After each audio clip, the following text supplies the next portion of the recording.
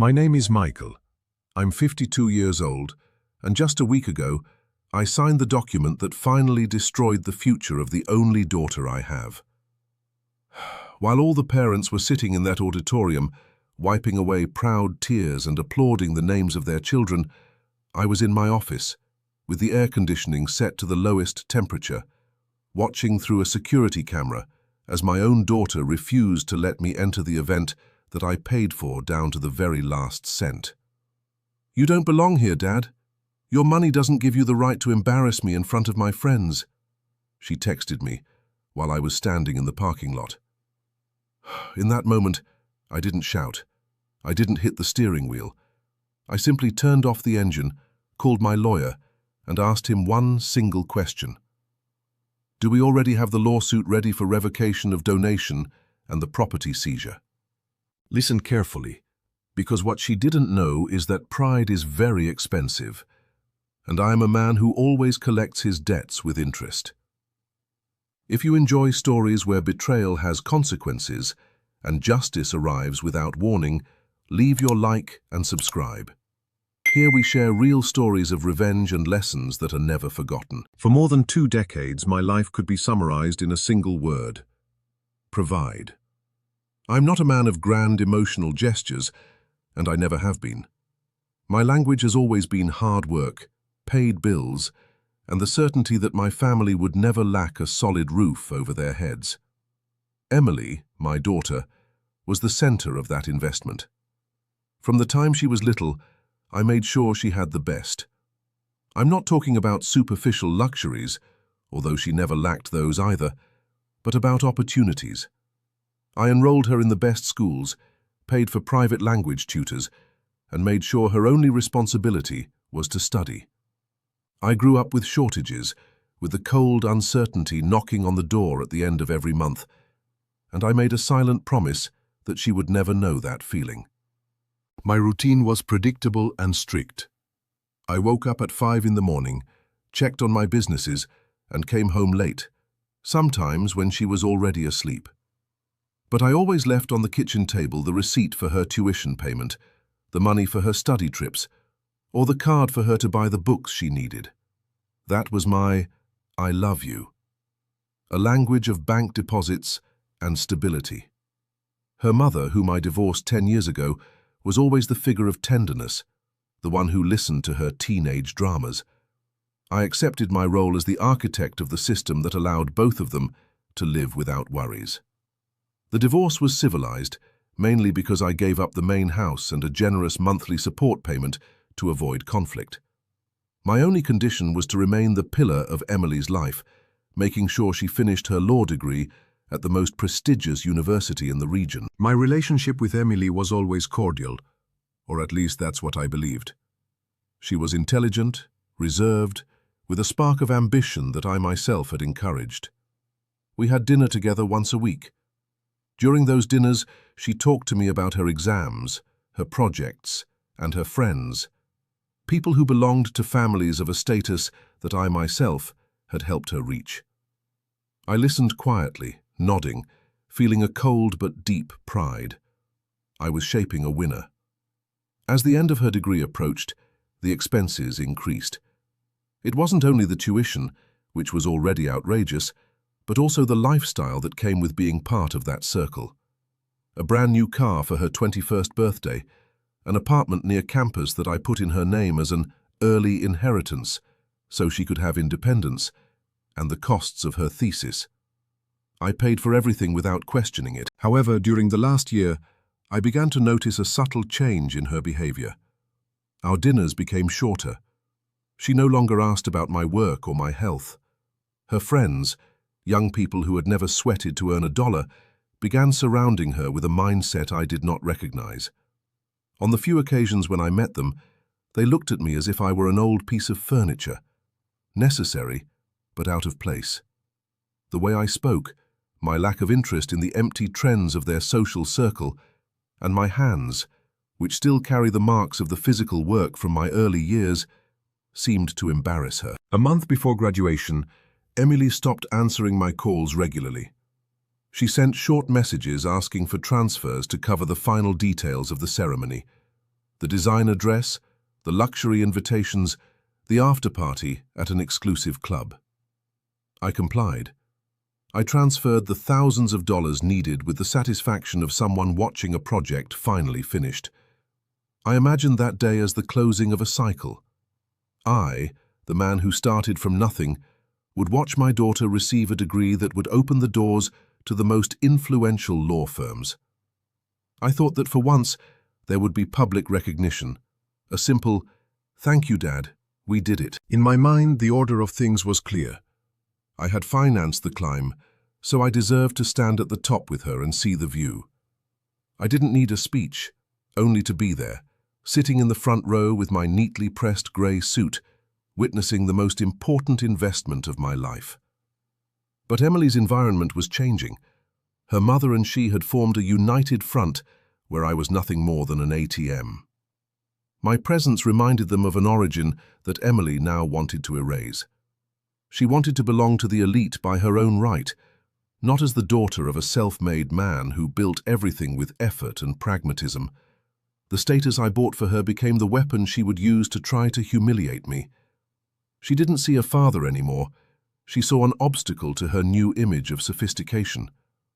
And so, beneath that calm surface, she and her mother began planning the day that would mark the end of our relationship, without realizing that I am not the kind of man who stays outside the party he paid for. There were exactly 2 weeks left before the ceremony when the first signs of betrayal began to appear, not with shouting, but with silence and evasive answers. Emily stopped sending me the logistical details. When I asked about my special guest pass and my seat at the honorary table during the dinner afterward, her response was a cold text message. "Dad, the protocol changed. I'll let you know later." I'm a man who has closed multi-million-dollar deals by reading between the lines, so I felt a sting of suspicion, but I dismissed it. I couldn't believe my own blood would be capable of biting the hand that fed her. The final blow came on the morning of the graduation. I was finishing tying my tie in front of the mirror, feeling a quiet sense of satisfaction. I had just transferred the last $5,000 for the floral arrangements and the catering service for the private party she had insisted on. Then my phone vibrated. It was an official email from the university, a security notification for family members. Attached was the seating map and the list of confirmed guests for each graduate. I looked for my name. It wasn't there. Instead, in the seat that should have belonged to me as her father and primary benefactor, was the name of her mother's new husband, a man who hadn't paid a single cent toward her education and who had barely known her for 2 years. I called Emily immediately. She didn't answer. I sent her a message asking if it was some administrative mistake. Her reply arrived 10 minutes later, and it triggered everything that happened afterward. "Dad, please don't come. I've decided this is my moment, and I want to surround myself with people who fit the profile of my new career. You're too different. My mom and Daniel will handle everything. Thank you for the financial support all these years, but I don't want your presence overshadowing my achievement in front of my future colleagues and their families. Don't insist. I already gave your invitation to someone else." I stood there frozen, the phone still in my hand. I didn't feel rage. I felt a glacial cold run down my spine. The word different echoed in my mind. What she really meant was that I was a rough man, a businessman without the polished sophistication that she and her mother now proudly displayed using my money. I had been the engine, the fuel, and the vehicle. But now that they had reached their destination, I was nothing more than garbage cluttering the landscape. I decided to go anyway, not to beg, but to confirm the magnitude of her arrogance. I drove to the campus. The parking lot was full of luxury cars I could have easily bought in cash. I walked toward the entrance of the main auditorium. 2 private security guards, paid with the graduation expenses fund that I myself had financed, stopped me. I showed my ID. One of them checked a digital list on his tablet. "Sorry, sir," the guard said without looking me in the eye. "You're on the restricted access list by request of the graduate. You can't enter." At that moment I saw Emily in the distance through the glass doors. She wore her graduation gown perfectly pressed and laughed with a group of young people dressed in three-piece suits.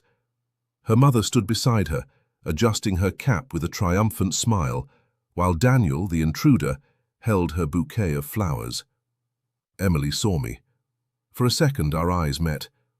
There was no regret in hers, only deep irritation, as if I were a beggar disturbing her banquet. She made a barely noticeable gesture with her hand, signaling for me to leave, and then turned her back on her father to keep laughing. I turned around and walked back to my car. On the way, I took out my phone and checked my bank account. There were the records, the transfer of the apartment in her name, the monthly university payments, the car, the representation expenses. Everything was properly documented. She believed that because she was an adult and had received those gifts, she no longer owed me anything. She believed the money was hers by divine right, and that I no longer had any power over her life. I sat in the driver's seat and looked at the auditorium building through the rear-view mirror. A normal man would have cried or caused a scene at the entrance. Not me. I began mentally reviewing the clauses in the donation contracts I had made her sign when I transferred the apartment and the vehicle to her name. In my world, nothing is free. Every gift comes with fine print that nobody reads when they're blinded by greed. My daughter had just graduated as a lawyer, but she was about to receive her first real lesson about property law and ingratitude. The symbolic expulsion from her life had already happened. Now it was my turn to execute the physical expulsion of her from everything my hands had built. The drive back to my office was the quietest journey of my life. I didn't turn on the radio or touch the horn. My mind worked with the precision of a Swiss watch, reviewing every transfer, every signature, and every document Emily had signed with that elegant, yet careless handwriting of someone who feels untouchable. She already felt like a lawyer before even receiving her diploma, but she forgot that her father has spent 30 years winning wars in offices where the air can be cut with a knife. When I arrived, I called my trusted attorney, Richard. He's a man my age with grey hair and an absolute lack of sentimentality. We met in my conference room. There was no coffee and no polite small talk about the weather. I placed the folder containing the donation contracts for the apartment and the property title of the car she drove on the table. "Richard," I said, lowering my voice, "I want to execute the revocation clause for ingratitude." He raised an eyebrow and adjusted his glasses. He examined the documents in silence for several minutes. The law is clear in many civil codes. A donation can be revoked if the recipient commits a serious offense against the donor.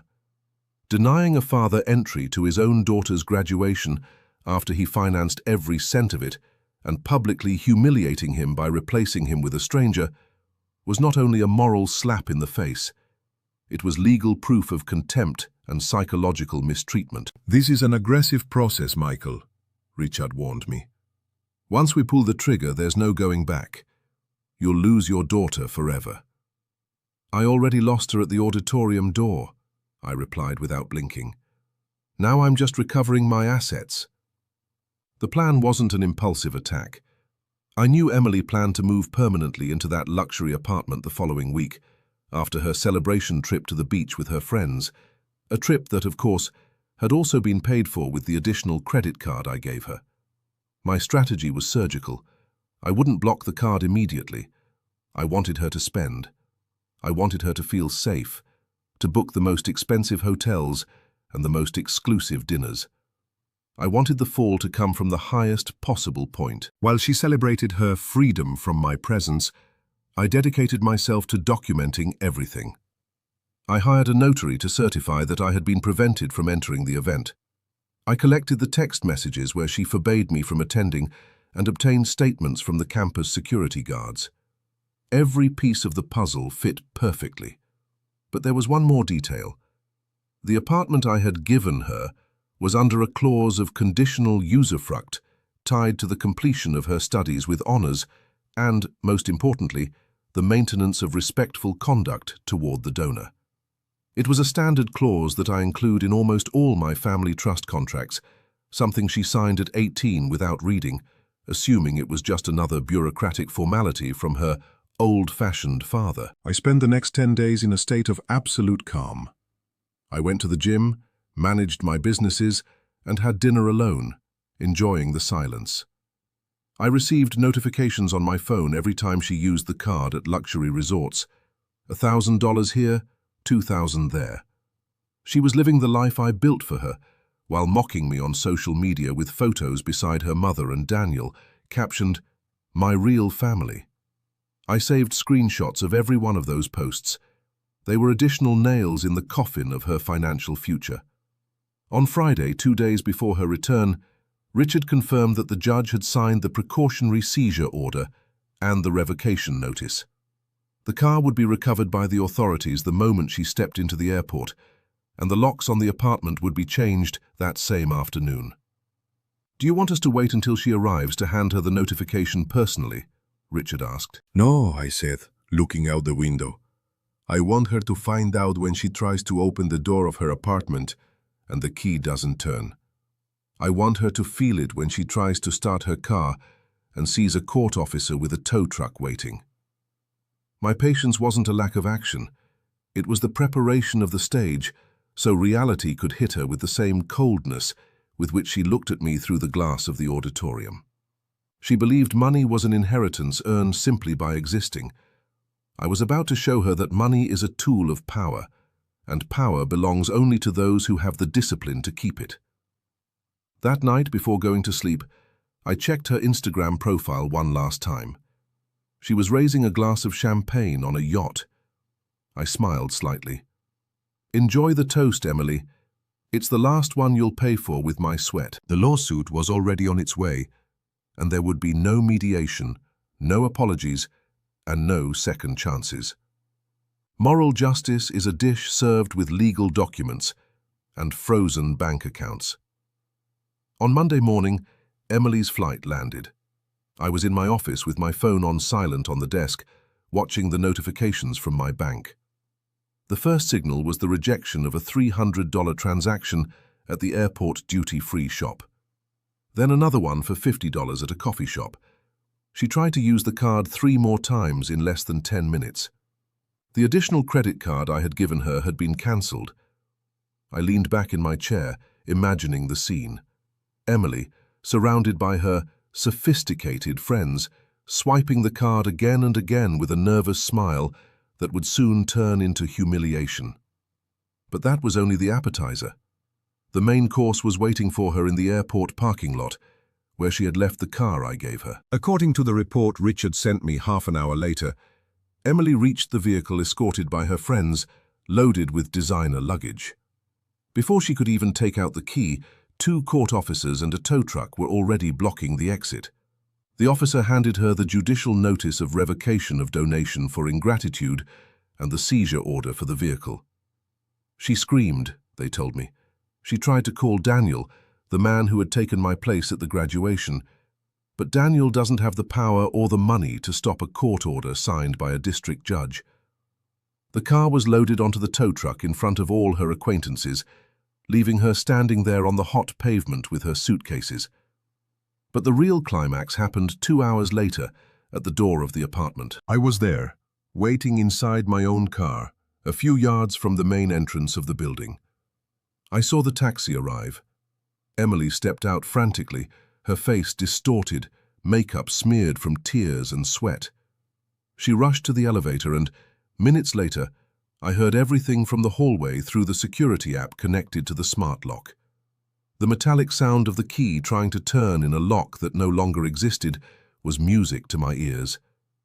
I had replaced the electronic lock with a high-security manual one that very same morning. She knocked on the door. She shouted for the building concierge. When the man arrived, he didn't bring master keys. He brought a sealed envelope. "Miss Emily," the concierge said with a tone of pity that must have hurt more than an insult. "The legal owner of this property, Mr. Michael, has revoked your access. Your belongings have been inventoried by a notary and placed in boxes in the loading storage area. You have 1 hour to remove them before they are transferred to a public storage facility. I stepped out of my car and walked toward the lobby. I saw her coming down the stairs, defeated, escorted by the concierge. When she saw me, her eyes ignited with powerless fury. "How can you do this to me?" she screamed, her voice echoing in the empty lobby. "I'm your daughter. I just graduated. You're leaving me on the street." I approached her, keeping my distance, my hands inside the pockets of my coat. There was no trace of hatred on my face, only absolute indifference. "You're mistaken, Emily," I said in a low, steady voice.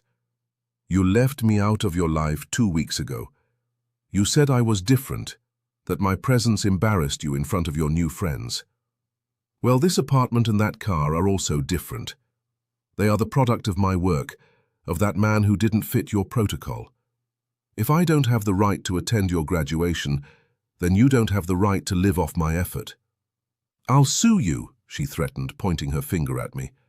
"I'm a lawyer now." I gave her a cold smile. "Then you should have read the donation contract you signed a little more carefully, colleague. The ingratitude clause is very specific. The video of the guards preventing me from entering and your text messages are more than enough evidence for any court. You graduated, that's true. Now go out there and use that degree to pay for your own roof, because from this moment on, to me, you're a stranger who happens to carry my last name." Her mother arrived at that moment in her old car, shouting obscenities from the window. Daniel wasn't with her. I suppose other people's legal problems don't fit his relaxed lifestyle. Emily looked at me one last time, perhaps hoping for a crack, a tear, a moment of paternal weakness. She found nothing. I turned around and stepped into the elevator of the building that was once again completely mine. As the doors closed, I saw her picking up one of the cardboard boxes from the ground. The pride she had shown at the graduation had evaporated, replaced by the harsh reality of someone who finally discovers that the world owes you nothing if you don't know how to respect the person who gave you everything. A month has passed since that day at the airport and in front of the apartment doors. My life has returned to a calm that many would confuse with loneliness, but which I call order. I occasionally receive updates from Richard. Emily tried to appeal the revocation, but her own professors at the law school, the same ones who handed her the diploma, know that legally she has nothing to stand on.